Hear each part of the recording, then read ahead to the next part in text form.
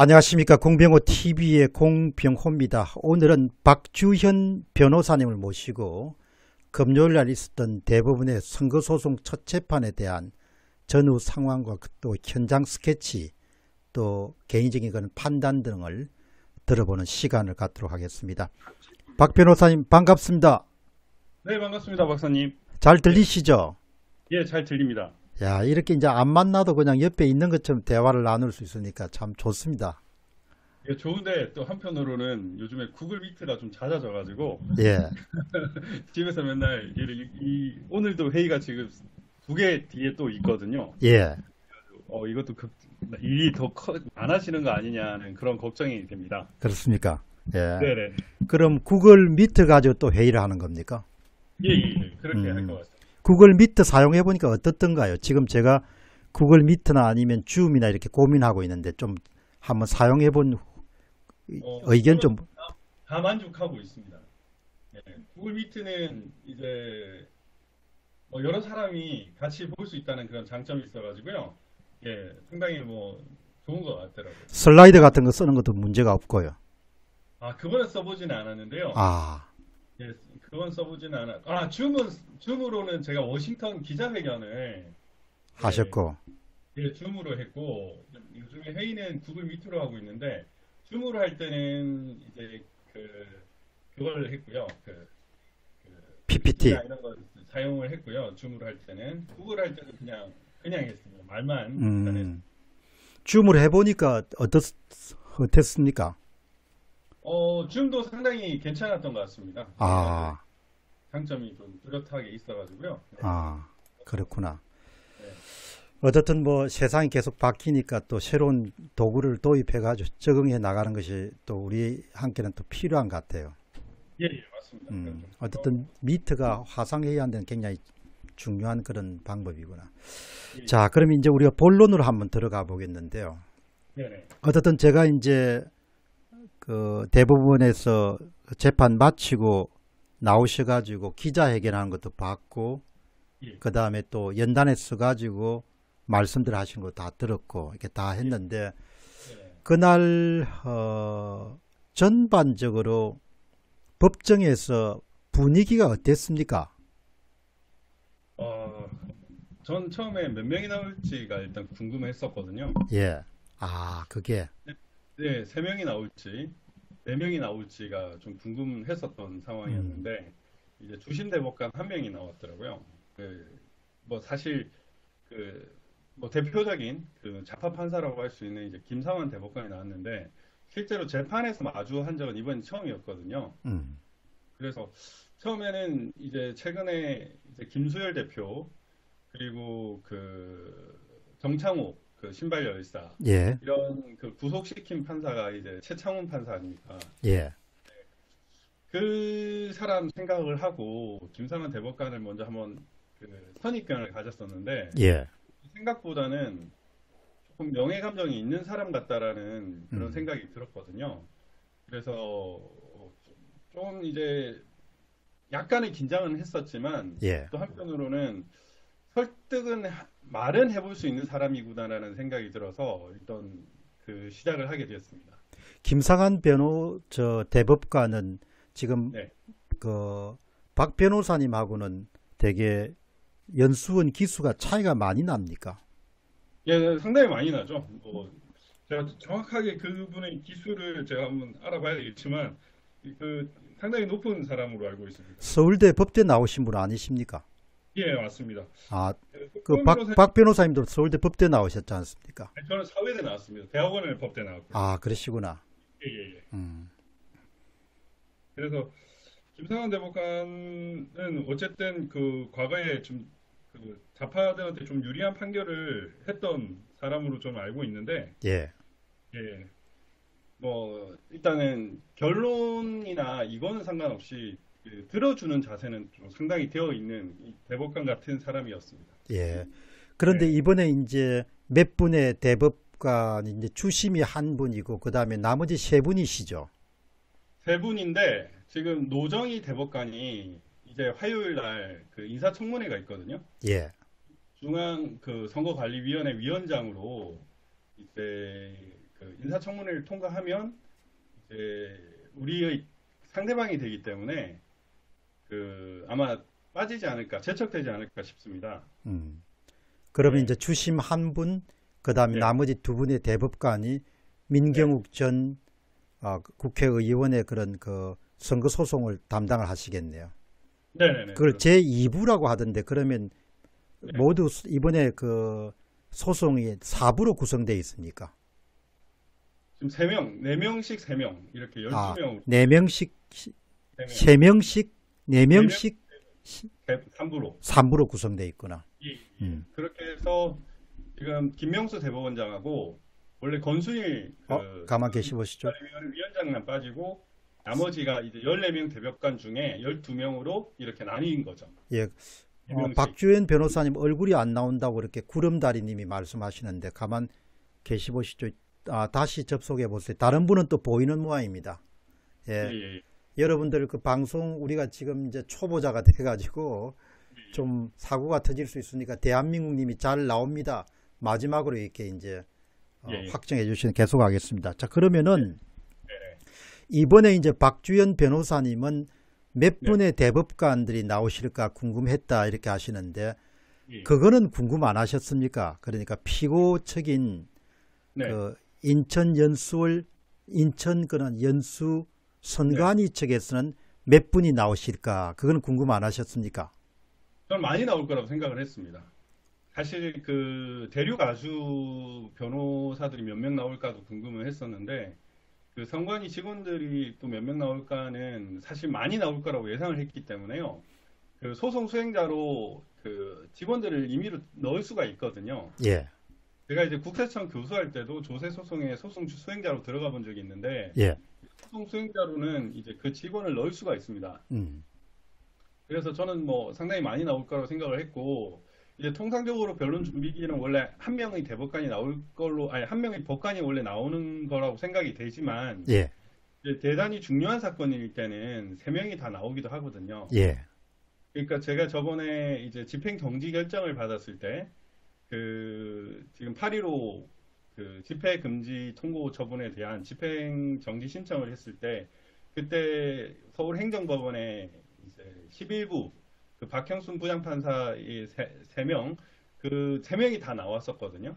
음, 그래서 이제 좀 중요하다고 생각을 하면은 대법관들이 관심을 가지고 다 나올 수도 있겠다라는 생각을 했는데 음, 뭐 어쨌든 전통적인 그런 어떤 변론 준비 기일이라는 측면을 강조해서인지 이제 음, 주심 대법관 한 명만 나왔었습니다. 예.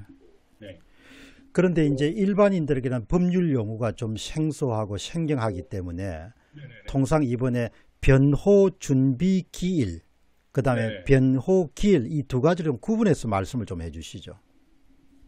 변론 기일은 일단 이른바 재판 공개 원칙에 따라서 공개가 되는 공개가 것이고요. 되구나. 변론 준비 기일은 이제 변론을 어떻게 진행할 것인가에 대해서 뭐 예를 들면 증거조사나 그 향후의 본안에 대한 재판 진행을 어떻게 할 것인가에 대해서 쌍방의 당사자들을 불러놓고 이제 대법관하고 이렇게 그 어떻게 할지에 대해서 얘기를 하는 것이거든요. 그래서 저희는 이제 그와 관련해서 어, 녹음 그 원래 비공개가 원칙인데 변론 준비 기일도 비공개지만은 이게 그만큼 국민의 되게 큰 관심사니까 녹음 신청을 했습니다. 예, 그 김상원 대법관한테 녹음 신청을 했는데 그 녹음 신청은 이제 거절당했습니다. 음. 예, 저희는 거절 이제 주체는 김상한 그 대법관이 거절하시는 겁니까? 일단 김상원 대법관의 말에 따르면은 이제 본인의 판단이라기보다는 이제 본인 재판부의 판단으로 음, 이렇게 했습니다. 이제 재판부의 판단으로. 예, 네네네. 재판부가 의논한 결과 좀 재판 진행에 대해서는 좀 허심탄회하게 얘기하는 것이 좋을 것 같다라는 예. 생각에서 음. 예, 그렇게 하자고 했습니다. 자, 그러면 이제 박 변호사님, 이제 이게 그 공직선거법에 의하면 이제 180일 6개월이 강제 조항은 아닙니까? 이게 너무나 저 재판이 지체돼 가지고 네네. 나중에 임기 끝날 때까지 가는 게 아닌가 이렇게 우려하시는 분들도 있으신데 네네. 이렇게 이 부분에 대해서는 어떻게 생각하십니까? 저도 그 이 부분에 대해서는 뭐 대법원 훈시 규정이라고 지금 대법원이 지금까지 판례에 따르면 그렇게 해석하고 있거든요. 그렇지만 이제 훈시 규정인 이유는 후보자나 정당이 아니라 그 일반 유권자들이 있지 않습니까? 일반 유권자들이 선거 무효 소송이나 당선 무효 소송을 제기했을 때는 그것이 이제 훈시 규정이 될 수 있습니다. 근데 후보나 정당이 만약에 이 선거 무효 소송, 당선 무효 소송을 제기했을 때는 이건 6개월 안에 끝내야 되는 게 좀 원칙으로 강행 규정을 해석하는 것이 맞지 않나라는 생각은 들거든요.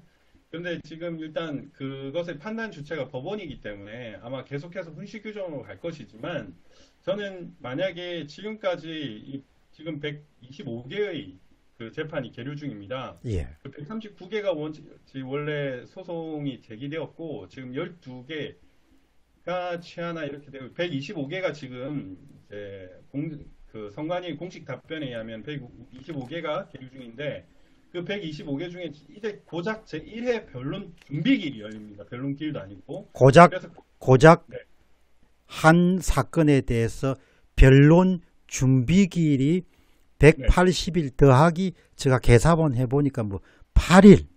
네, 그게 좀 법을 잘 모르는 사람 입장에서도 네. 너무하다 이런 생각이 드는데. 아, 그럼요. 저는 사실은 만약에 우리나라 국민이 이들의 행태에 대해서 만약에 형사 고발을 만약에 하게 되면 그거는 실제로 직무유기로 처벌될 수도 있겠다라는 판단마저 할 수 있겠다라는 생각이 들었습니다.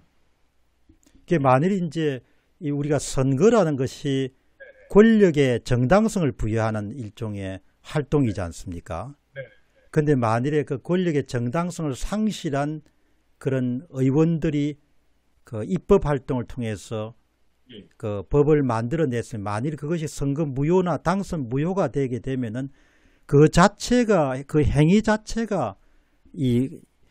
받아들이지 않는 거 아닙니까? 법리적으로 어떻습니까? 일단은 이제 우리나라의 입법 체계가 사실은 뭐 한두 명의 그 선거 무효 소송을 상정하고 만들어진 체계라서요. 사실 지금과 같은 집단적인 불법 행위 범죄행위가 있을 것을 예견하고 만든 건 아닙니다. 근데 지금까지 이제 드러난 이제 4.15 총선의 그 부정선거 결과만으로도 증거만으로도 이미 지금 거의 뭐 60명 넘게 이제 부정선거로 당선됐다고 보여지고 그리고 실제로 이 정도의 그 부정선거라면은 사실 총선 자체가 무효가 되어야 되기 때문에 지금까지 21대 국회란 것은 이제 전면 무효가 돼야 되는 게 맞다고 생각을 합니다. 예. 지금 그리고 이제 예. 6개월 부분 관련해서 제가 안 그래도 박사님하고 통화하기 전에 이 조문을 한 번 더 봤거든요. 예. 이 공직선거법 225조가 예. 선거에 관한 소송은 다른 쟁송에 우선하여 신속히 결정 또는 재판하여야 하며 소송에 있어서는 수소법원은 소가 제기된 날로부터 180일 이내에 처리되어야 한다, 처리하여야 한다 이렇게 하고 있어요. 이 문구는 사실은 이제 법관의 의무를 규정하는 것으로 보여지는데 그 의무를 사실상 직무유기한 것으로 보여질 수도 있습니다. 지금 박주연 변호사님의 그 저 규정 네, 225조를 읽어 주시는 것을 그냥 일반인으로서 이렇게 읽어 보면은 네, 네. 그것이 이제 강제 규정으로 받아들여지거든요. 예, 그런데 강행 규정, 지금 대법원이나 법원이 이것을 네, 그냥 자신들에게 편리하게 훈시 규정으로 받아들이고 있구나 그런 생각이 들고 예, 예, 그다음 또 이제 박 변호사님 말씀을 제가 쭉 들어보면서 한 가지 떠오른 생각은 네, 우리가 사람도 그렇지만 조직도 자신이 마땅히 수행해야 될 책무가 있지 않습니까? 네, 역할이. 네, 예, 그런데 이것은 180일 이내에 선거 사범과 같은 중요한 그런 부분에 대해서는 모든 선고를 마치는 것이 마땅히 수행해야 될 의무나 책무에 해당한다고 이렇게 예, 받아들여지는데 그걸 어떻게 그냥 선택사항이다 그렇게 받아들인지 좀 이해가 안 가는데. 네. 아니, 저도 사실 이해가 안 되고요. 사실 지금 그 19대 대선에 대한 선거 무효 소송도 아직까지 진행되고 있는 것도 있습니다. 근데 일단 세상에. 일반 유권자들이 제기한 부분이기 때문에 그런 거고, 후보나 정당이 제기한 것은 이미 다 처리가 되었고요. 지금 그 김명수 대법원장 체제 하에서 이 자행했던 이제 엄청난 일이 있는데 그게 이제 전 양성태 대법원장을 구속한 거 아닙니까? 예, 이른바 사법농단이라는 이름으로 구속을 했는데 뭐 사실 지금 계속 무죄가 나오고 있는데 이제 뭐 과거의 국정농단도 마찬가지고 그 흐름을 보면은 의뢰의 그 관행처럼 했던 것에 대해서 법의 자태를 들이댄 거거든요. 예, 근데 지금 만약에 이 훈시 규정으로 판단하고 있는 것에 대해서 만약에 엄격한 법의 잣대로 접근을 해버리면 지금 그 14명의 대법관이 전부 다 나중에 직무유기로 이른바 사법농단으로 구속될 수도 있는 상황이 될 수도 있다라는 판단이 듭니다. 예, 사람들이 법의식이 이번에 보면서 점점 높아지기 때문에 네, 당신들이 공직자로서 세금을 받아서 일을 하는 사람이 우선순위가 가장 먼저인 사건을 왜 그렇게 더디게 처리했느냐, 그 부분에 네, 대해서 이유를 밝혀라, 이런 종류의 국민들의 요구는 네, 충분히 저는 있을 것으로 보거든요. 예, 예, 예, 맞습니다. 예. 그런데 이제 전번에 그 단상에 서서 이렇게 6분의 그런 네, 민경욱 전 의원을 맡았던 변호인단 말씀을 쭉 들어보면서 예, 제 귀에 유난히 그 꽂히는 그런 문장이, 네, 네, 그 증거물은 이미 없앴다, 예, 없다, 뭐 예, 이런 이야기가 나와가지고 예, 제가 박 변호사님하고 이렇게 인터뷰가 하지만 반드시 좀 짚고 넘어가야 된다는 것이, 예, 어떤 상황에서 구체적으로 기억에 의존하시지만 어떤 문장이 나왔는지 증거와 관련해서 그 예. 부분을 좀 말씀을 해 주시죠. 일단은 운영 프로그램을 지웠다고 했습니다. 자, 다시 한번 해보시죠. 뭘 지었다고요? 이른바 제일 중요한 전자개표기 있지 예, 예, 않습니까? 예, 예. 투표지 분류기라고 얘기하는 예, 그 투표지 분류기의 운용 프로그램이 있지 않습니까? 예, 그 운영 프로그램을 지웠다고 얘기를 했고요. 그리고 이미지 파일이 있습니다. 예, 그 QR코드에 있는 투표지나 이제 당일 투표지가 지나가면서 예, 찍힌 그 이미지 파일 원본을 지웠다고 했습니다. 원본을 지웠다고 했고, 그리고 그 전자개표기 내에 그 노트북이 있지 않습니까? 예. 그 노트북을 전부 다 임차로 해서 반환을 했다고 얘기했어요. 그래서 증거가 없다라고 얘기하고 있습니다. 자, 그거는 너무나 중요하기 때문에 그날은 네, 이제 좀 그 한 4시간 정도 이 재판 과정에 참석하시고 나오셨기 때문에 네, 변호인들도 좀 황망한 그런 중이었고 그렇게 경향이 없었기 때문에 그걸 네, 자세히 설명할 수 없었는데, 오늘 네, 시청자분들께서 이거는 지금 들어보시고 네, 좀 문장으로 첫째, 둘째, 셋째 이렇게 증거 인멸을 좀 정리해 주시는 분이 나오시기를 바랍니다. 네, 그 박주현 변호사님 말씀에 따르면은 네, 선관위 측에서 우리가 그 인멸했다, 없다, 버렸다 이렇게 답하신 거는, 첫째 전자개표기의 운용 프로그램, 네, 네, 둘째 투표지 이미지 파일의 원본, 네, 네, 세 번째 노트북, 그 전자분류기용을 제어하는 제어용 노트북을 이미 임대했기 때문에 임대를 다 그를 계약이 끝났기 때문에 돌려줬다는 이야기는 모든 예, 증거가 인멸됐다는 거죠. 그러면은 네, 네, 제가 이제 또 한 가지 물어보고 싶은 거는, 얼마 전에 그 SK하고 그 예, 다음에 LG화학이 이제 그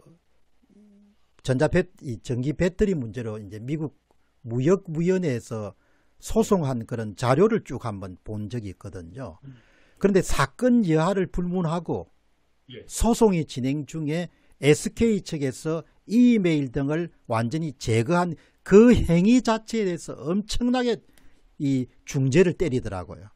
예, 그 증거 인멸한 행위 자체가 그냥 유죄다 이렇게 그냥 판결을 해버리더라. 최종 예, 판결은 이제 며칠 있다가 보는데, 그때 이게 그 소송 전에 증거를 인멸하는 것도 굉장히 위중한 범죄지만 예, 소송 중에 증거를 인멸한 것은 이거는 엄청난 가중처벌적 요소가 있구나 이렇게 생각이 드는데, 우리 법은 이렇게 소송의 진행 중에 증거를 인멸한 행위를 어떤 식으로 다루고 있습니까?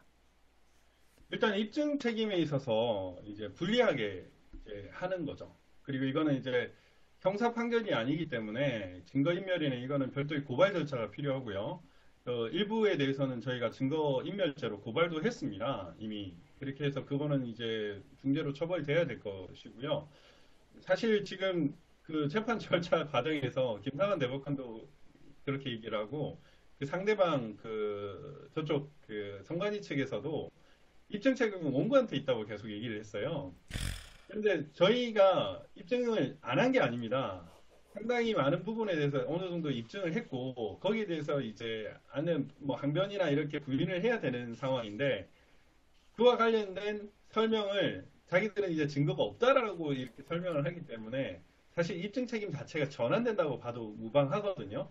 그러면은 여기서 입증을 못하는 책임은 성관이한테 있기 때문에 패소의 위험성이 성관이 측이 훨씬 더 크다라고 보는 게 법 원칙적으로 보면 법리적으로 보면은 그게 맞는 건데 지금 어쨌든 그 김상환 주심 대법관도 그렇게 얘기했고 성관이 측도 그런 식으로 주장을 하고 있습니다. 그래가지고 제가 그 주장을 하길래 제가 좀 화가 났었어요. 아마 재판이 좀 더 기다려졌으면은 막 싸우고 이랬을 것 같은데 이제 272만 개 우편 투표 부분이 있지 않습니까? 예, 사실 그 부분처럼 뭐 명확한 입증은 없거든요. 예, 저희들이 이 우편 투표가 얼마나 엉터리고 가짜 조작된 것인지에 대해서 입증을 했기 때문에 그에 대한 반대 입증은 저쪽에서 해줘야 된단 말이죠. 예, 근데 그런 부분에 대해서 이제 위조를 뭐 1,400개가 넘게 하고 그런 부분 자체가 이미 이게 맞다라고 저희들이 원고의 주장이 맞다라는 것이기 때문에 그 자체가 이제 문제가 되는 거라 볼 수 있습니다.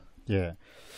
어떻든 그 이제 또 한 가지 제가 좀 문의드리고 싶은 것은 이번에 그 증거 인멸을 한 선관위 측에서 증거 인멸한 걸로 그렇게 본인들의 입으로 이야기한 그 세 가지 외에 예. 민경욱 전 의원을 그 선거 무효 소송에 들어가실 때 신청한 증거 보전 신청 가운데 이 네. 물건이 다 들어 있었죠. 네네네, 있었습니다. 그런데 이제 연수의 같은 경우에는 처음에 신청할 때는 그게 최초였다 보니까 저희들도 이미지 파일이나 이런 것도 있는지도 몰랐던 상황입니다. 그래서 추상적으로 했던 부분이 있는데 제일 첫 번째 신청을 했을 때는 그래도 이제 투표지, 비례대표 투표지랑 지역구 투표지가 그 대상이었는데 지금 연수구 선관위 측에서는 집행결정문이 있었음에도 불구하고 비례대표 투표지는 안 내놨거든요. 예, 그리고 이제 저희가 이제 두 번째, 세 번째로는 이 이미지 파일도 필요하겠다, 전자 기록이나 서버도 필요하겠다, 이 증거 신청을 했는데 기각이 됐었습니다. 그리고 나서 이제 대법원에도 신청을 했는데 이제 대법원이 이제 계속 미루고 있는 상황이었거든요. 예. 예, 그런 상황이었습니다. 그러면 이제 뭐 법적인 훈련을 받지 않는 일반인 입장에서도 보면은 네, 그 변호인단이 신청한 증거 보전 신청에 대해서 법원이 협조를 하지 않음으로 인해 가지고 네네. 의무를 방기했고 그 결과로 인해서 증거가 인멸됐다 이렇게도 볼 수 있겠네요. 그럼요. 예, 저는 뭐 당연히 상식을 가진 사람이라면 그렇게 판단하는 게 맞다고 생각을 하고요. 지금 6개월 동안 재판이 되고 있지 않지 않았습니까? 예, 이 자체만으로도 이미 저는 부정선거라는 생각이 들고요. 제일 중요한 거는 일단 모든 선거에 있어서 검증의 제일 첫 번째 원칙은 선거의 명부 확인입니다. 예, 근데 그 통합선거의 명부를 지난 23일까지 안 내놨었어요. 23일 전날까지. 예, 근데 23일 날 이제 지금 대법관 앞에 냈다고 하더라고요. 비공식적으로. 예, 저희들한테는 공개가 안 됐고요. 김상환 대법관 측에 전달을 했다라고 했습니다. 그래서 저희가 이게 어떤 형태로 받은 거냐, 예를 들면 문서냐 파일이냐 이렇게 얘기를 했는데 김상환 대법관이 확인을 안 해서 모르겠다라고 일단 답변을 했거든요. 그때는. 그래서 가장 기본적인 선거의 명부에 대한 부분조차도 지금 저희들은 구경도 못했고 지금 그 상대방 측이 어떤 형식인지는 모르겠지만 또 대법원에 이제서야 전달을 했다는 것 자체가 상당히 문제가 있는 걸로 봅니다. 이제 대전시 중구에 이제 얼마 전에 제가 그 소식을 보니까 대전시 중구에 대해서 14일 이내에 투표지 이미지 파일을 제출하라 그렇게 이제 법원 측에서 아마 그 네네네. 명령이라고 합니까 법률 네네네. 용어로 법원의 명령이 예 법원의 명령을 내렸는데 네. 이제 그거가 참 그래도 다행이다 이렇게 이제 제가 공병호 TV를 통해서 논평을 내니까 네네. 유튜브에서 비교적 미국에서 굉장히 열심히 이 부정선거 문제를 파헤치는 캐리 파악이라는 분이 당장 예. 그대로 그걸 썼더구먼요. 아니 CD에다가 투표지 이미지 파일을 복사해가 내면은 그걸 네네. 어떻게 믿냐 이야기죠. 당신이 믿을 수 있냐 이야기죠. 예, 반드시 맞습니다. 원본에 검증이 돼야 된다. 예. 원본 검증 없는 투표 이미지 파일은 아무것도 아니다. 이렇게 예. 막 격렬하게 그냥 그분이 화를 내가지고 글을 쓰셨더라고요. 예.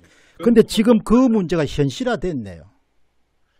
그리고 실제로 그때 펜데토페님이 그 중앙선거관리위원회 관악천사에서 과천청사로 이전할 때 서버를 그때 새벽에 QR코드를 뭔가 복사하는 듯한 장면을 찍지 않았습니까? 예. 그런 것처럼 사실상 공공연하게 증거인멸을 했다라는 것이 우려되는 이상 지금 시간도 너무 지났고 그래서 단순한 사본으로는 절대 인정할 수 없다라는 것이 저희 입장이고요. 재판 중에서도 저희가 원본의 필요성에 대해서 얘기를 했고 그리고 CCTV조차도 그때 사본이었는데 원본을 확인을 해야 된다. 그래서 이제 포렌식을 해야 된다라는 입장도 전달을 한 바 있습니다. 법적으로 모든 종류의 그런 그 카피본이라는 것은 법적 효력이 없지 않습니까? 이게 뭐 그 일단은 법적 효력이 있을 때도 있는데요. 예.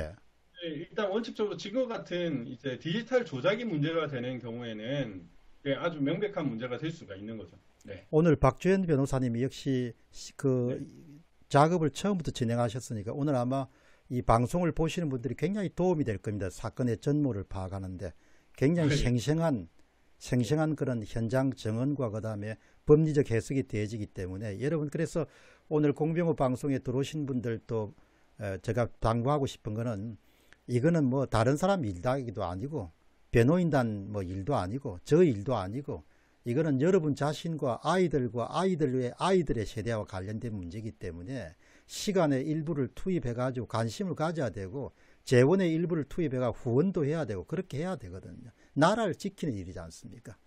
예, 이게 예. 내부의 적으로부터 나라를 지키는 일인데 이 중요한 일에 여러분들이 십시일반으로 힘을 다하셔야 되는 거죠. 다시 본론 들어가겠습니다. 네, 정말 제가 또 그날 좀 유감스럽게 순간적으로 이렇게 저거 큰일 났구라고 생각된 것이 그 예, 김상한 주심 대법관의 입에서 입증 책임이라는 것이 네, 명백하게 선관위 측에 있다 이런 발언이 나오지 않고 오히려 그 반대로 해석될 수 있는 이야기가 나온 거가 정말 좀 아니 법 훈련 받은 사람이 일반인들보다도 좀 더 그거 하구나 그렇게 생각이 들었거든요. 예, 맞습니다. 그리고 박 저도 변호사님 조금 앞으로 당기셔 가지고 예, 마이크에 예 그렇게 하시면 예, 훨씬 더 좀 더 예, 예 네, 네, 알겠습니다. 예 네, 아주 뭐 더 훨씬 더 또렷해지네요. 예. 아, 네, 그 부분에 대해서 말씀을 하셨지만 네, 조금 더 아니 그게 내가 납득이 안 되니까 네, 아니 선거관리위원회라는 것이 세금으로 왜 봉급을 받느냐 이야기죠. 선거를 예, 기획하고 집행하고 당연히 베리파이 검증까지도 책임을 진 사람들이 선거관리위원회인 거죠. 예, 예, 국민들이 맞습니다. 그래서 세금을 주는 거죠. 예, 그러니까 예, 참 요즘에 우리 사회에서도 너무나 헷갈리는 것이 당신이 해야 할 일이 뭐냐 이야기죠. 네, 당신 조직이 해야 될 일이 뭐냐야. 대통령이 해야 될 일이 뭐냐야. 선관위원회가 위원장이 해야 될 일이 뭐냐. 근데 이게 입증 모든 것을 정보를 그쪽이 다 갖고 있는데 의혹을 제기하는 사람들이 이렇게 밤낮을 그냥 세우면서 조사를 해봤는데 입증 책임이 선관위 측에 있다. 이렇게 이야기를 해야 될 것 같다. 한 번 더 그 점에 대해서 명확히 말씀을 해주시죠. 저도 그 참 황당하게 짝이 없었던 부분인데요.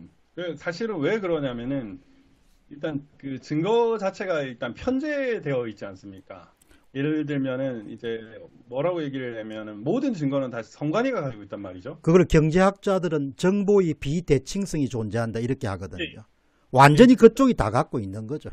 이게 사실은 이제 증거가 편집된 그런 이른바 현대형 소송 같은 경우에 이런 경우에는 사실 입증 책임이 전환되기도 하고요. 그리고 이게 사실 민사소송적인 측면도 있지만 행정소송적인 측면이 더 강하기 때문에 예를 들면은 그 조세소송 같은 경우에는 그 과세관청이 입증 책임을 원칙적으로 지게 돼 있습니다. 아, 일부 그런 경우에 저도 이 입증 책임이라는 얘기를 했을 때 제가 이제 강하게 반발했던 게 이제 우편 투표를 예를 들면서 이 정도 입증을 했으면은 저쪽에서 답을 해야 되는데 사실 선관위는 답을 안 하고 있거든요. 엉터리로 거짓말로 답변을 하거나 답을 안 하고 있습니다. 계속 그 입증을 미루고 있는 상황이죠. 그러는 상황에다가 그 서버라든지 이른바 이제 그 통합선거의 명부라든지 이런 것들은 저쪽에 다 있단 말이죠. 그런 경우에 대해서는 입증 책임은 그 저희 원고에게 있는 게 아니라 상대방 피고에게 있다고 보는 것이 맞고요. 거기에 대해서 피고가 입증을 하지 않으면은 거기에 대한 책임을 당연히 피고가 지는 게 저는 원칙이라고 생각을 하거든요.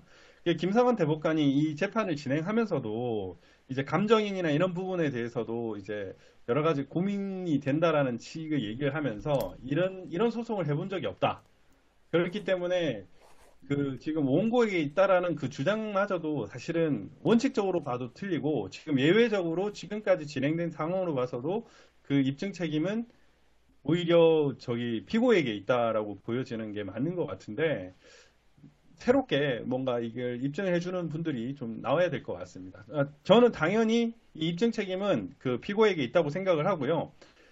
설사 이제 저희 원고에게 입증 책임이 있다고 하더라도 저희들은 사실 입증할 수 있는 거는 상당히 많이 입증을 했습니다. 뭐 임시사무소 설치와 관련된 증거인멸 부분이라든지 그 지금 각종 영상, 각종 오프라인 증거들, 그리고 우편투표 증거들 이런 것들을 다 제시를 했기 때문에 그에 대한 반박은 이제 저기 피고에게 있거든요. 근데 피고가 지금 답변을 거의 못하고 있습니다.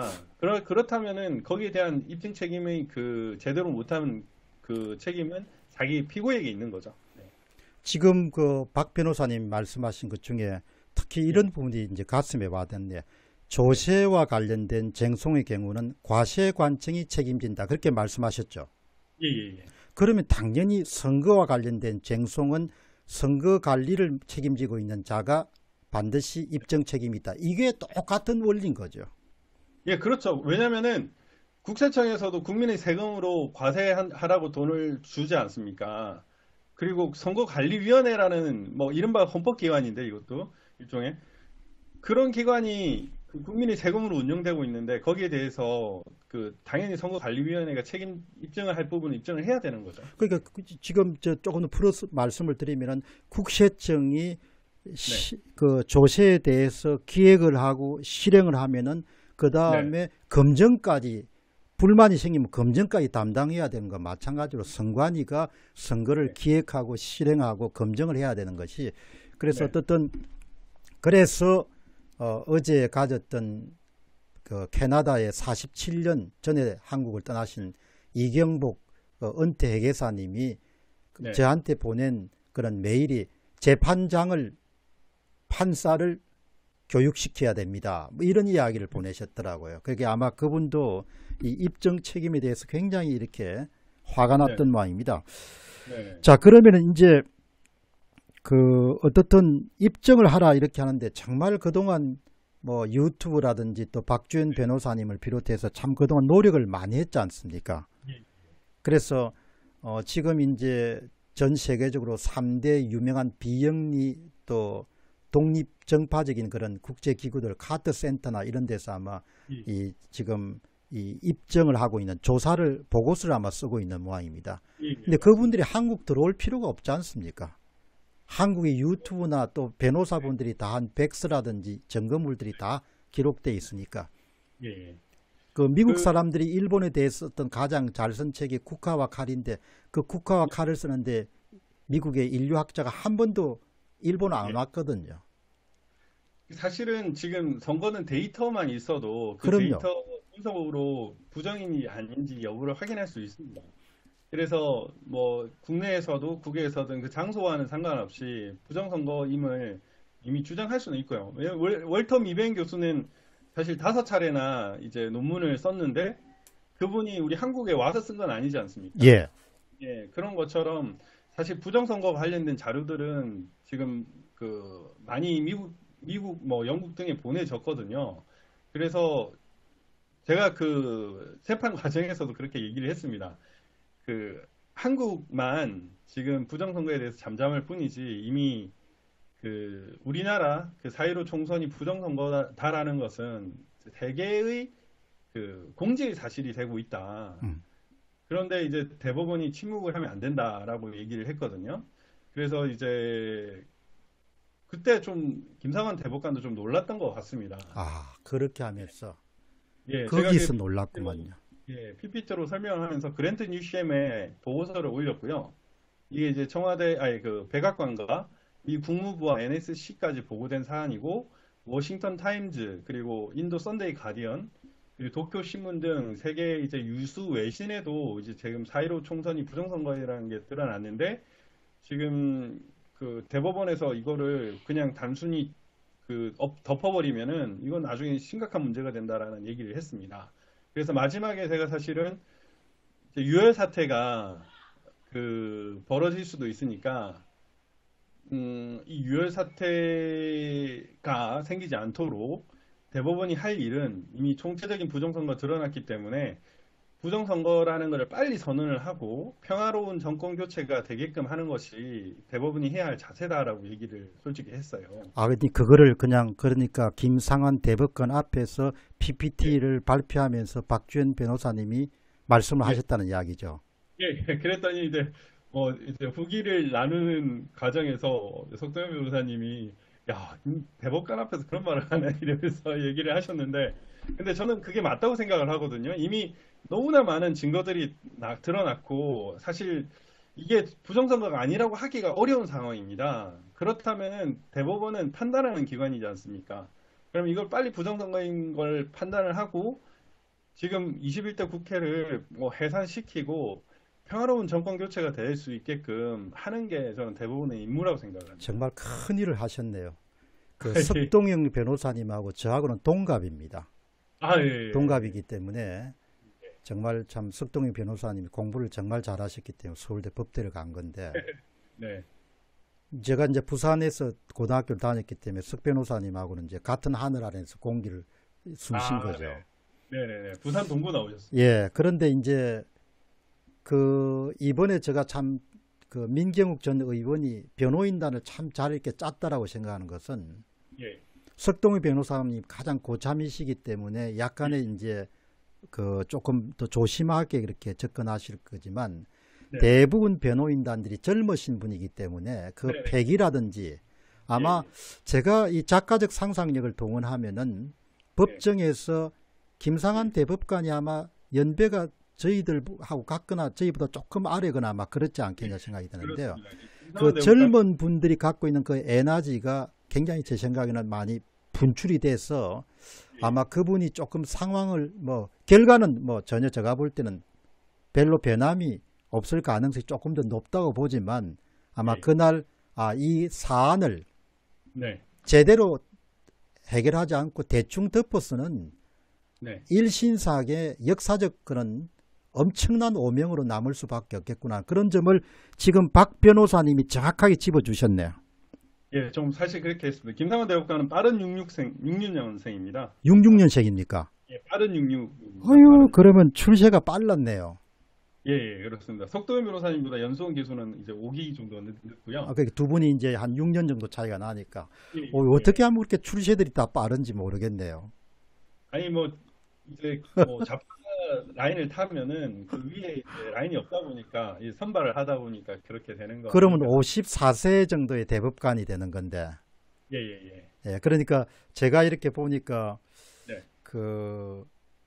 50대 초반의 경험하고 60대의 경험하고 상당히 좀 차이가 많이 나는 것 같은데, 예, 예. 그 대법관들이 그렇게 젊으신 분들이 꽉 차 있으면은 네. 그렇지 않아도 판결 자체가 훨씬 더 좀 이렇게 그런 좀 다른 방향으로 갈 수 있는 소지가 많네요.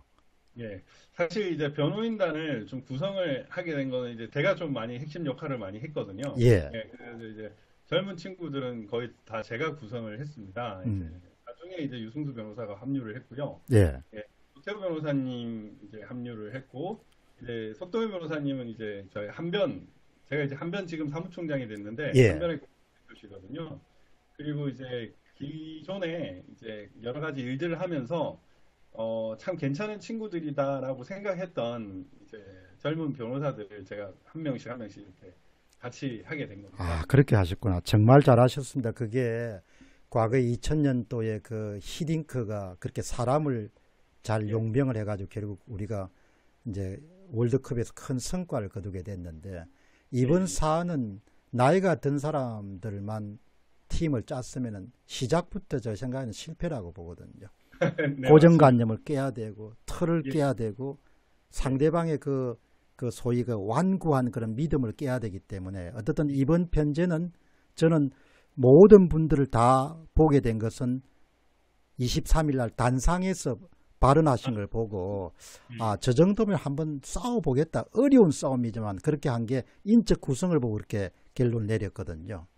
예. 거기에 아주 이제 좀 드러나지 않는 또 여자 변호사도 한 명 있고요. 예, 그것도 상당히 에이스입니다. 아주 예, 똑똑한 친구인데 이제 조만간 얼굴을 드러내지 않을까 싶고요. 예. 그래서 상당히 용기가 있고 또 뭐 어떤 기존의 틀보다는 정의와 진실에 근거해서 그에 따라서만 지금 판단하는 친구들이라 저는 뭐 어려운 싸움이지만 또 사실은 뭐 진리는 저희 편이라고 생각을 하고 있기 때문에 그대로 실현이 되면은 무조건 이긴다고 그럼 저는. 거기서도 보면은 뭐 거의 그 박주현 변호사단은 세 번째 정도 고령자겠네요. 변호인단 아니요, 가운데서. 제가 네 번째입니다. 네 제가 번째시구나. 1등이 석 변호사님, 2번이 도 변호사님, 3등이 유승수 변호사님, 그리고 제가 이제 네 번째. 권오용 변호사님은, 아, 권호영 변호사님이 있군요. 권오용 권호영 변호사님이 2등인가 그렇죠. 2등입니다. 예, 예, 2등. 예, 그러면 제가 다섯 번째가 되는. 예. 예, 중간입니다. 어떻든 참 그 뭐 이번에 여러 변호사님들이 도태우 변호사님이나 유승수 변호사님이나 다 이제 애를 많이 쓰셨지만 네, 그 4.15 부정선거 초창기부터 사건을 파헤치는데 예. 정말 박주현 변호사님이 큰 그런 역할을 이제 해왔거든요.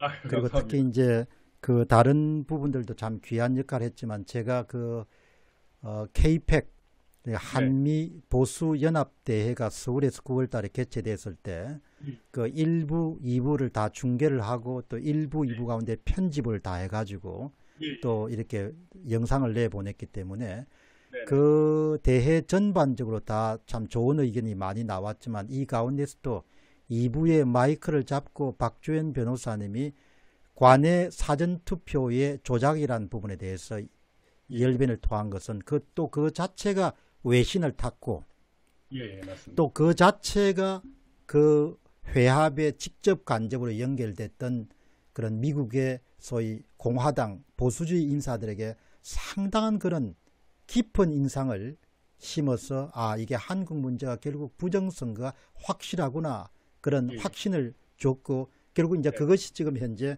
그런 그 미국 영국을 비롯해서 예, 국제조사 보고서가 그리고 네, 앞으로 국제조사단이 파견될 가능성을 굉장히 높게 하는데 네, 이제 잘 그동안 여러 차례 말씀드렸고 저도 공병호 TV를 통해서 여러 번도 했지만 이제 직접 그 작업을 주도한 입장에서 우편 투표의 예, 조작 행위 거기에서 네네, 어떻게 시작했고 예, 그게 내용은 뭐고 예, 핵심 포인트는 뭐다 그리고 예, 현재 거기에 대해서 이 증거인멸이 어떻게 이루어졌다 그 부분을 예. 딱 이렇게 요약해 가지고 이 부분만 또 딱 잘라서 내보낼 수 있게끔 좀 말씀을 해 주시죠. 아, 안 그래도 제가 박사님께도 부탁드리고 싶었는데, 이제 제가 그 사실은 김상화 대법관한테도 얘기를 했습니다. 얼렁뚱땅 판결하면 안 된다. 이 자료들 전부 다 외국에 다 갔다. 그래서 이미 외국 국제 부정선거 그 검증단이 우리나라 부정선거다라고 선언할 수 있는데 대법원이 이런 거 증거들 무시하고 그 기각하면은 진짜 큰일 난다고 얘기를 했거든요. 그랬더니 이제 김상환 대법관이 좀 동료를 하는 거는 사실 조금 느꼈습니다. 이제 그 우편 투표와 관련해서는 이제 안 그래도 박사님께도 좀 더 전파를 위해서 좀 그 자료들을 좀 많이 그 주변에 많이 알려주십사 하는 그 안 그래도 부탁을 하려고 했었던 상황이었는데 또 이렇게 여쭤봐 주셔서 감사하고요.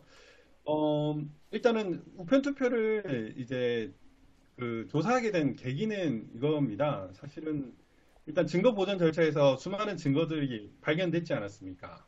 그래서 빳빳한 투표지라든지 이런 것들에 대해서는 이미 딱 드러났는데 더 이상의 추적을 하는 것이 사실은 좀 어려웠습니다. 왜냐하면 모든 증거가 선관위 측에 있고 그거를 뭐 추적할 수 있는 어떤 초능력이 저희들에는 없기 때문에 그러면은 어떤 식으로 하면은 이 남은 증거들을 파헤칠 수 있을까라는 것을 계속 골몰을 했는데 우연찮게도 증거 보존 절차에서 그 우편 투표 등기 번호가 있는 우편 봉투를 이제 사진을 몇 장을 찍었어요. 음, 예. 그 사진을 찍다 보니까 그 사진에서 우편 등기 번호가 추적이 된다는 사실을 발견을 했습니다. 오케이. 예, 그 추적이 된다는 사실을 발견해서 이거를 그대로 찍어 보니까 몇 개 안 찍었는데 이상한 거예요. 음. 그러니까 여러 한 30개가 넘는 등기번호를 확보를 했는데 그 등기번호를 하나하나 찍어 조금 더 보니까 조금 더 네네. 당기셔가지고, 예, 예, 예. 예, 그 몇 개 안 되는 것 중에 상당히 많은 부분이 이상한 거예요. 음, 그래서 제가 이제 카페에 이거를 등기번호를 한번 추적해보자라고 올렸는데 많은 이제 분들이 국민수사대가 되어가지고 막 여러 가지 증거들을 찾아내기 시작을 음, 했습니다. 그래서 이게 우편 부정투표의 태양이 상당히 많구나라는 걸 알게가 돼서 재검표가 진행이 됐으면 사실 그 작업을 안 했을 텐데 재검표가 너무 길어지지 않았습니까? 예, 아직까지도 이루어지고 있지 않은데 그 기간 동안 뭔가 핵심되는 증거를 좀 찾아봐야 되겠다라는 생각을 하게 됐고 이 유형이 꽤 한 10가지가 넘는 유형으로 부정이 이루어졌다는 사실도 알게 됐고 등기번호를 추적하는 과정에서 그 272만여 개가 되는 그 관내 사전투표 전수조사 되는 등기번호를 다 확보할 수가 있었습니다. 그거를 일단 전부 캡처하는 작업을 했어요. 캡처하는 작업을 했고 이 작업을 하는 과정에서 정말 많은 분들이 도와주셨는데 자기가 뭐 1000개를 담당하겠다. 자기가 10,000개를 담당하겠다. 이렇게 진짜 밤낮을 안 가리고 도와주시는 분들이 계셨습니다. 그래서 아, 이거 가능하겠다라고 생각을 했는데 또 한편 또 컴퓨터에 능숙하신 분들이 음, 저희가 데이터 작업, 그 캡처한 이거를 가지고 전부 다 데이터로 뽑아주시는 작업을 또 해주셨어요. 음, 그래서 모든 등기번호를 진짜 거의 에러 오류가 거의 없게끔 그 다 확보를 할 수 있었고 그거를 31가지 이상의 그 유형에 따라서 부정이 있었다는 것도 그리고 지역별로도 몇 가지가 부정이 있었다는 것도 다 확보를 할 수 있었습니다. 음, 그래서 소송 지역에 있는 그 등기번호와 그 등기번호의 가짜 진짜 여부까지도 저희가 다 입증을 했거든요.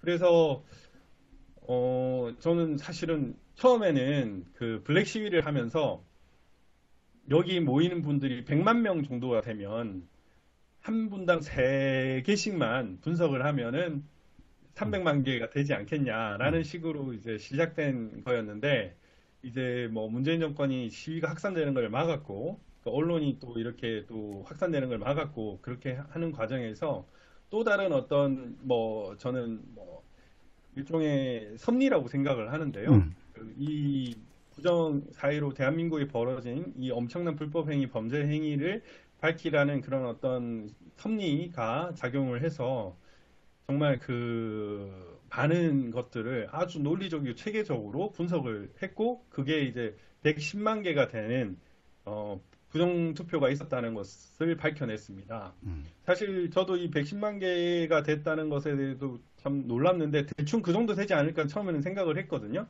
그런데 이거를 다 개수를 헤아려 보니까 한 110만여 개가 됐는데 최근에 이제 그 울릉도 그 관내 사전투표 조사하면서 그 행정 전산망에 있는 인구와 그리고 관내 사전투표와 그 선거 개표 결과를 비교해 보니까 또 110만 개 정도가 그 가짜 투표라는 게 밝혀지지 않았습니까? 그래서 거의 뭐 검증 작업에 의해서도 아주 정확한 것으로 보여지고 사실 저희 그 우편 투표 결과물이 지금 그 국제 조사단에 이미 전달이 되었고 그에 따라서 부정선거다라고 지금 그 아마 선언이 될 것 같습니다. 예, 그리고 김상환 대법관도 그 제가 그 법정에서 이제 PPT를 틀었는데 그 80여 장이었거든요. 그 PPT만 해도 예, 80여 장이었고 그 앞에 이제 영상을 또 만들었습니다. 예, 우편 그 투표 배송 과정에서 떤 부정이 있었는지에 대해서 3시간 30분짜리 영상을 틀었습니다. 그 영상은 이제 제 박주현 변호사 TV에 있는데 그 영상을 틀고 이 김상환 대법관한테 이렇기 때문에 관내 사전투표가 문제다라고 일단 언지를 한 다음에 이 80여 개의 그 우편투표의 각 유형별 그리고 전국적인 현상 다음에 강론으로 인천 연수구의 그 개별적으로 이상이 있는 부분에 대해서 딱 얘기를 해주니까 그 김상원 대법원이 상당히 놀랐습니다. 예, 사실. 놀라죠. 충격적일 예, 겁니다. 다른 그 예, 어떤 증거보다도 예, 예. 다른 증거들 그러니까 뭐 예를 들면은 봉인지라든지 네, 봉인함을 훼손하거나 이런 부분은 좀 전통적인 방법이기 때문에 좀 익숙하고 예상 가능하지만 예, 그 우편 투표, 관내 사전 투표는 사실상 그것은 뭐 신종 기법이라고 그렇게 볼 수 있는 거죠. 결론적으로 보시면은 270만 건 가운데서 약 110만 건 정도가 명확한 부정선거 혹은 부정선거로 의심되는 것으로 추정된다. 그렇게 볼 수 있는 거 아닙니까? 예, 그렇습니다. 예, 40.4%거든요. 그 이게 40.4%. 예, 예, 그러니까 제가 이제 부정선거 문제를 추적하면서 대개 사전투표의 한 20% 정도가 추정치로 봤거든요. 네, 그 정도가 아마 네, 이 조작이 됐을 것이다. 그 네, 추정치가 한 120만 표 정도로 네, 예상을 했는데 거의 예, 비슷한 그런 숫자가 나왔는데 어떻든 이 증거물은 네, 뭐 아주 이번 사건에서 그 어떤 종류의 변명이 필요가 없는 네, 그런 네, 이제 물건으로 됐는데 네, 네, 그 부분이 이번에 아마 그 미국의 보수 진영의 아주 핵심 인사들에게 인상을 줬고 예, 아마 그 건이 현재 그 카터 센터를 비롯해서 예, 세 군데에서 진행하고 있는 국제조사단에 의한 4.15 총선의 부정선거 평가 보고서에서 아주 예, 중요한 의제로 다뤄지고 있다. 이런 이야기를 제가 전해 들었거든요. 예. 그래서 그러니까 사실 예, 말씀하시죠. 예, 저도 그런 생각은 들어요. 일종의 정무적인 판단이기도 한데요. 사실은 이제 이게 국제 이슈를 탈 수밖에 없는데 이걸 타려면은 결국에는 미국에서 관심을 가져야 되는 거 아닙니까? 저는 아까 신의 섭리라고 말씀을 드렸던 이유가 저도 이걸 다 보다 보니까 관내 사전 투표도 정말 문제가 많은데 저희가 제대로 손댈 수 있는 건 관내 사전 투표였거든요. 예. 근데 그 관내 사전 투표가 어, 미국의 트럼프 대통령이 가장 관심을 가지는 주제더라고요, 보니까. 메일 그래서, 보트죠. 예, 우편 예, 투표. 예, 그래서 제가 그거를 또 더 열심히 하게 된 계기 중에 아, 하나였습니다. 정말 좋은 예, 정무적 판단을, 현명한 정무적 판단을 내렸네요. 제가 이제 아, 분석을 해본 바에 의하면은 사전투표의 조작의 강도나 세기를 보면은 네, 관내 사전투표가 조금 더 세고 네, 맞습니다. 관내 예, 사전투표가 좀 덜한데 네, 네, 제가 이렇게 전산이나 이런 것을 바실리아 TV의 조슈아님하고 이렇게 도움을 받아서 해보면은 네, 패턴이 아주 착하게 드러나요. 네, 빼고 더하고 하는 거가. 그런데 예, 그것은 통계치니까 그래서 예, 어떻게 하라고 이렇게 이제 대들 수가 있는데 지금 이제 박주현 변호사님이 한국의 네, 관내 사전투표의 조작이 네, 270만 건 가운데서 110만 건이 됐다는 것은 빼도 박도 못하는 그런 증거가 됐는데 또 예, 하나의 빼도 박도 못한 증거를 이번에 만들어냈죠. 그것이 바로 예, 그 결과가 발표하고 난 이후에 몇 건 정도가 현재 밝혀졌습니까? 조작을 한 것이 수치를 아, 조정한 것이 깨씨 변경하는 거 말씀하시는 예, 거죠? 저희도 이게 참 신기하다는 생각이 들었는데, 저희가 이제 9월 9일 날 이제 관내 사전투표에 대해서 문제가 있다는 성명서를 발표를 했습니다. 그리고 나서 이 이제 성명서 발표한 이후에 9월 16일 날도 한 번 더 했는데, 전산 기록이 바뀌는 걸 봤어요. 음, 그게 나와가지고, 또 이게 몇 개인지를 셌습니다. 지금 1408개 정도가 현재까지 예, 또 더 보면 더 바뀔 수도 있는데 이제 증거인멸죄로 고발했기 때문에 스톱했을 수도 있습니다. 근데 저희가 좀 더 놔두 볼까라도 생각을 했지만 그때 중앙선관위 서버 이전 등의 이슈가 또 컸고 이러다 보니까 더 이상 증거인멸을 방치하면 안 되겠다 싶어가지고 경보도 때릴 겸 이제 증거인멸죄로 고발을 해서 지금 스톱이 된 걸로 저는 보거든요. 음, 그래서 이제 한번 이렇게 하면은 그 저희들이 안 들여다 볼 거라고 생각을 했나 봐요. 음, 예, 근데 그것도 사실 들여다 봤고요.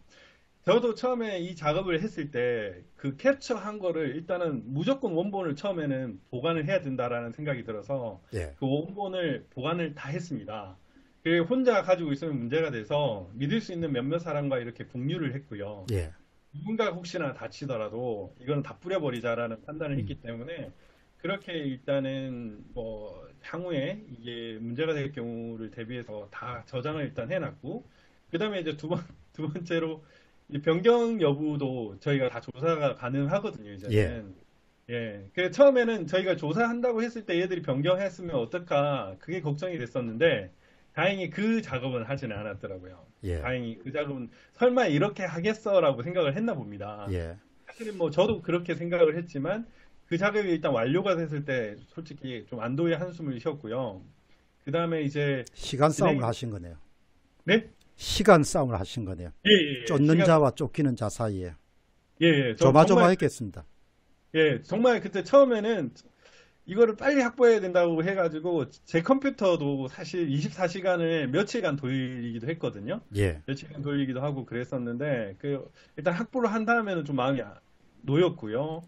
그리고 진짜 중요한 걸 때 제가 말씀을 안 저 드렸는데 진짜 중요한 걸 조금 더 이따 네, 말씀하시고 여기에 댓글에 고대화님이 말씀하셨습니다.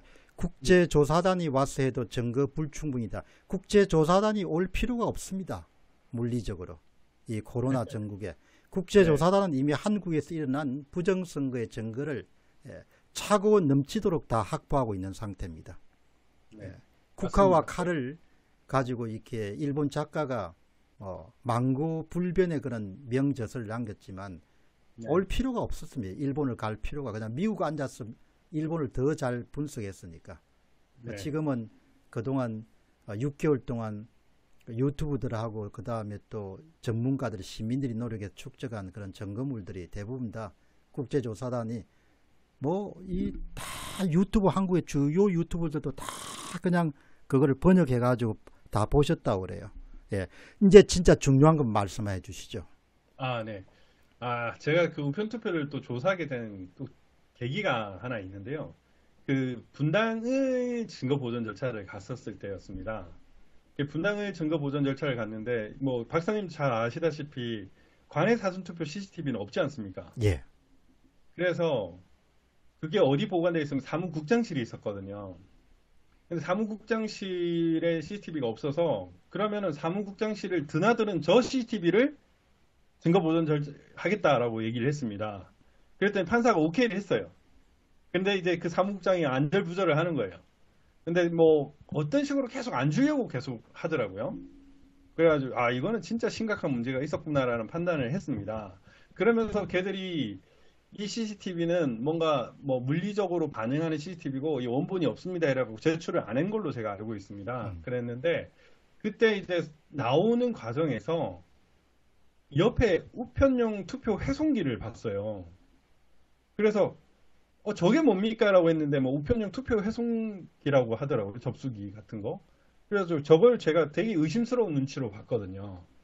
저것도 증거 보존을 해야 되겠는데요. 라고 얘기를 하니까 그 사무국장하고 그 사람이 상당히 마치 진짜 범죄자의 그 눈빛처럼 걸린 사람이 딱 눈빛이 들었습니다. 그래가지고 제가 이거에 비밀이 있구나라는 생각을 사실은 했었습니다. 음. 그래서 어떤 식으로든 우편 투표 조사를 반드시 해야 되겠다고 한 그 어떤 결정적인 계기 중에 하나였는데, 그게 이제 그 사람의 눈빛과 그 당시에 그들의 어떤 그 상황, 움직임을 제가 느껴가지고, 바로 여기에 대해서 의심을 가지게 됐었죠. 음. 그래서 지금 보면은 지금 투표 용지 발급기가 있지 않습니까? 예.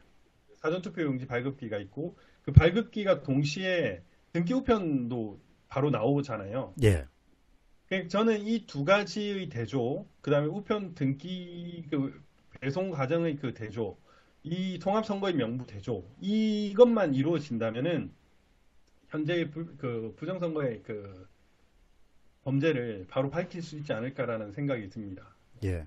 어떻든 뭐 이번 건은 이번 미국 대선이 이제 결과가 어떻게 나올지는 두고 봐야겠지만 이미 미국 사회에서 투표 관련해서는 우편 투표 그리고 네, 사전 투표의 그런 그 정직성 이런 네, 문제하고 또 특히 지금 미국의 조야가 중국의 패권주의에 대해서 경노할 정도로 그런 네, 배반감을 느끼고 있기 때문에 네. 그런 부분이 연결되어 있기 때문에 아마 한국의 이 선거 부정 문제라는 것은 단순히 한국의 내정 문제가 아니고 네. 자유사회를 전체주의자들이 침략하고 있다. 이런 차원에서 제가 이해를 하고 예. 국제조사가 이루어지고 있는 것으로 저는 그렇게 지금 예. 확신하고 있거든요. 예. 저도 그렇게 생각하고 제가 사실은 4월 16일부터 여기에 뛰어든 이유도 그겁니다. 이 대한민국에 절대 있어서는 안 되는 일이 일어났고 그 흔적을 찾다 보니까 결국에는 이게 우리나라만의 문제는 아니구나라는 판단을 했고요. 제가 3월 2일 날 차이나 게이트 부분에 대해서 일단 문제 제기를 했었거든요. 예, 그러니까 2월 말에 청와대 그 조작 사이트, 청와대 청원 사이트가 100만 개가 계속 안 되는 것들이 보여지지 않았습니까? 예, 예, 그거를 고발을 하면서 그 청와대 사이트에 중국 IP들이 많이 모인다라는 거를 그때 인지를 했었고요. 예, 그 이후 3월 1일 날 차이나 게이트가 대한민국에 크게 퍼졌고, 그 다음에 이제 4월 15일 날 진짜 대규모 부정선거, 4월 10일과 11일, 15일 대규모 부정선거가 있었는데, 이게 일련에 보면은 결국 중공의 대한민국 침략 행위라고 저는 봤었거든요. 예. 그게 그래서, 뭐 6.25 예, 제2의 6.25 전쟁이다 이렇게 볼 수가 있고 오늘 예, 그 댓글에 심제임스님이 완전 범죄는 불가능합니다. 범인은 이미 지문을 남겼습니다. 이렇게 이야기를 하는데 네, 부정선거 문제가 불거졌을 때 초기에 재미동포 가운데서 이 넘버 시어리 숫자 이론을 전공하신 분을 모셔가지고 인터뷰를 가지시는데 그분은 뭐 딱 단언을 하더군요. 그 당시에 4월 네, 아마 중순 정도 한 20일 전후였을 것 같은데 그분 네, 말씀은 이미 숫자로 증거를 남겼기 때문에 네, 숫자는 무지막지합니다. 누구를 봐주고 그런 게 없습니다. 그냥 그 자체로 숫자가 말을 합니다. 이런 네, 네, 이야기를 그분이 네, 하신 거를 굉장히 깊게 지금 기억하고 있는데 네, 어떻든 이 문제는 이제 결국 국제적인 그런 이슈가 될 수밖에 없는데 이제 우리 네, 대법관들이 너무나 이렇게 그 사건들을 많이 처리하셔야 되기 때문에 좀 이런 국제적인 시각이라든지 다른 나라에서 지금 어떻게 이 문제를 바라보고 있는가 이런 문제에 대해서는 변호인 측들이 좀 노력을 앞으로도 많이 하셔야 될 것 같아요. 왜 아, 그런가 안 그래도, 하니까 자국 예, 중심으로 우리 네, 중심으로 이 문제를 보실 가능성은 있거든요. 예, 왜 아니, 그분들이 너무나 사건이 많기 때문에 네네네. 그 자기 세계에 또 함몰되면 볼 수가 없지 않습니까? 예, 그래서 맞습니다. 바깥에서 지금 이 문제를 어떻게 보느냐. 그래서 그분들이 잘못된 판단을 내리지 않도록 네네. 개인적으로 오명을 덮어쓰고 사회적으로 위기를 초래하지 않도록 그렇게 좀 노력을 많이 하셔야 될 것 같은데요. 예, 맞습니다. 안 그래도 김상환 대법관도 이제 국제적인 움직임이 있다라는 언질, 그리고 국제검증단에 이미 우리 대한민국 부정선거와 관련된 자료가 전달되었다는 사실에 대해서도 좀 당황을 하는 눈치였고요.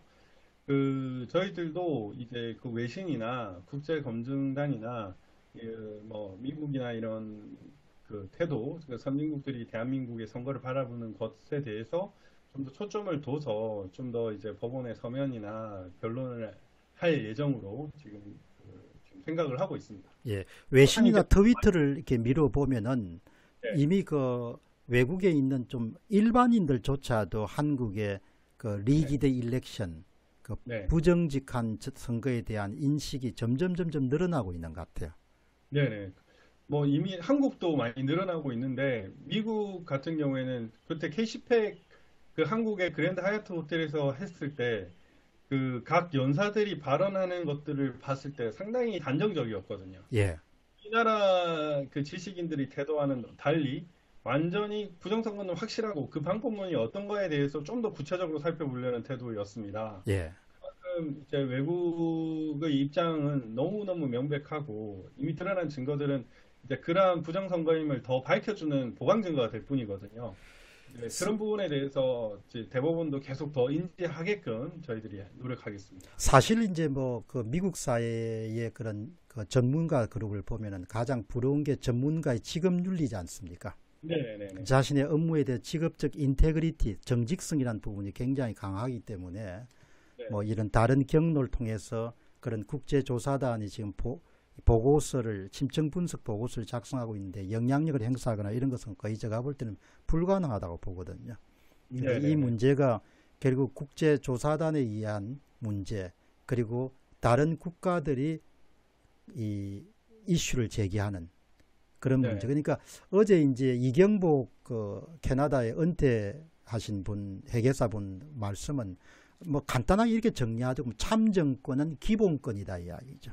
네네. 참정권은 그냥 우리의 그냥 그 일종의 보편적 가치에서는 기본권이기 때문에 국제사회 특정 국가가 국민들을 억압하고 속여가지고 참정권을 위배하면은 그것은 그냥 소위 그 유엔의 인권 선언 차원에서 접근할 수밖에 없는 문제다. 그렇게 또 말씀을 하시더라고요. 한 가지만 더 물어보겠습니다.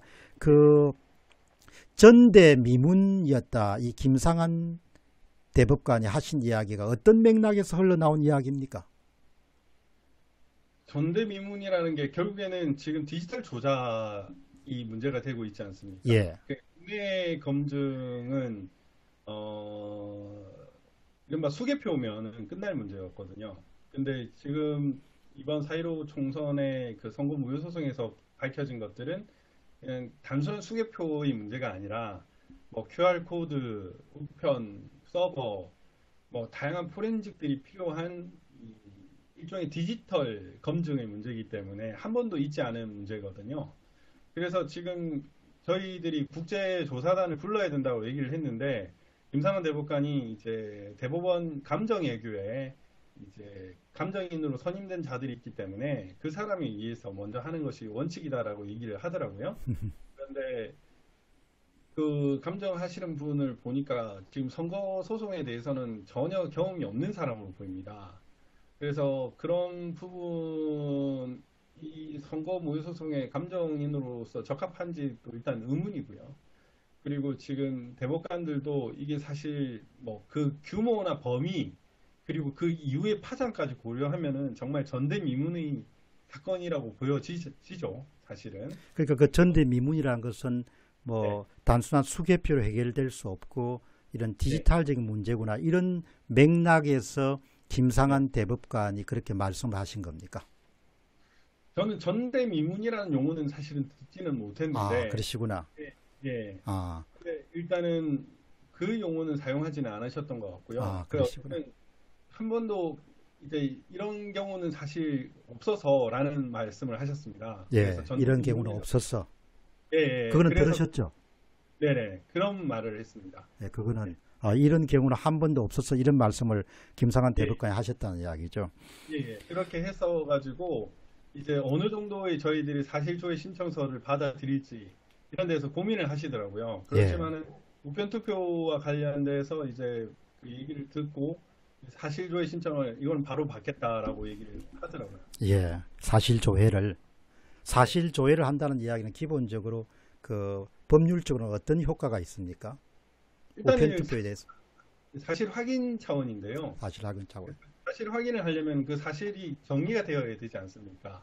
그러면은 그 각 기관에 예를 들면 임시사무소와 관련돼서 KT나 이런 데 지금 자료를 또 사실조회 신청을 하고 그다음에 이제 부정한 선거인 명부가 확인됐을 있을 거라는 판단하에 이제 각 구청이나 동사무소에 이제 또 사실조회 신청서를 냈거든요. 그러면은 그걸 이제 법관이 판단을 보고 아 이거는 사실관계 확인이 필요하겠구나 하면은 그 사실조회 신청을 그쪽에 보냅니다. 예, 그 기관에. 그런데 이제 법관이 그냥 묵혀버리고 있는 경우도 있거든요. 그래서 그런 부분에서 이제 자기는 이까지는 필요가 없을 것 같다. 이렇게 판단할 수도 있는데 이제 어떤 부분에 대해서는 아 이거는 판단할 필요가 있다라고 해서 바로 보내겠다. 뭐 이런 식으로 반응을 보이기도 했습니다. 예. 어떻든 오늘 참 이 현장에서 직접 또 밝히시는 부분뿐만 아니고 또 법률적으로 승리하기 위해서 노력하시는 그런 역할을 해왔기 때문에 오늘 이 선거 부정 문제 또 선거 무효 소송 문제의 진실을 파헤치는데 참 여러분들 좋은 교육이 됐을 겁니다. 오늘 이 방송을 보시는 분들은 우리 박주연 변호사님이 직접 그 유튜브도 운영하시기 때문에 정확하게 명칭이 박주연 TV입니까? 박주현 변호사 팀입니다. 아, 네. 박주연 변호사 TV니까 네. 참조하셔서 꼭 이 방송 마치고 나면은 바로 또 구독도 하시고 이렇게 해서 힘을 이렇게 더해 주시면 참 고맙겠습니다. 여러분들이 힘을 이렇게 더해 주셔야 이렇게 우리가 또 힘을 낼 수가 있을 것 같거든요. 네. 그리고 또 이제 요즘에 또 공병호 TV도 탄압이 굉장히 심합니다. 네. 예. 그 소위 우리나라는 지금 디지털 파시즘이라는 것을 여러분이 뭐 그냥 바다 건너 이야기가 아니고 실질적으로 알고리즘을 손을 대 가지고 특정 네. 채널이 볼 수 없도록 그렇게 네. 만드는 경우가 실질적으로 지금 실행이 되고 있습니다. 예, 그래 맞습니다. 그것도 아주 뭐 한 10%, 20%까지 그냥 줄여놓는 그런 경우가 있기 때문에 여러분께서 주변에 많이 이렇게 또 전해주시고 또 구독도 권해주시고 하는 거가 여러분이 그것이 또 애국하는 길이고 나라를 지키는데 내가 힘을 다하는 길이다. 그렇게 여러분이 생각해 주시면 좋을 것 같고 여러분 그러나 정말 어려운 게임을 하고 있습니다. 우리가.